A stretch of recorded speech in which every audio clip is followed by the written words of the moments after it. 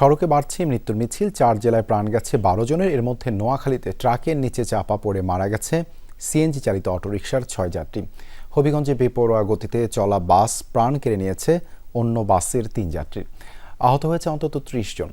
টাঙ্গাইল ও ঠাকুরগাঁয়ে প্রাণ গেছে আরও 3 জনের।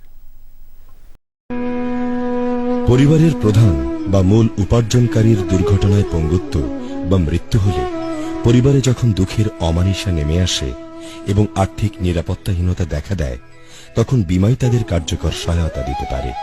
মূলত এই উদ্দেশ্যেই বীমার উদ্ভব ও বিকাশ ঘটেছে।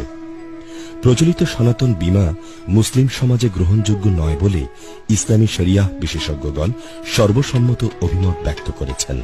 কিন্তু বিপদ মুসিবত, আকস্মিক দুর্যোগ মোকাবেলা এবং সন্তান সন্ততিদের জন্য নিরাপদ ভবিষ্যৎ তৈরির ক্ষেত্রে ইসলামে কোনো আপত্তি নেই। রাসূলুল্লাহ সাল্লাল্লাহু আলাইহি ওয়াসাল্লাম বলেছেন, তোমাদের উত্তরাধিকারীদের নিঃস্ব, পরমুখাপেক্ষী ও অপর লোকদের উপর নির্ভরশীল করে রেখে যাওয়া অপেক্ষা তাদের সচ্ছল, ধনী ও সম্পদশালী রেখে যাওয়া তোমাদের পক্ষে অনেক ভালো। সহিহ আল বুখারী।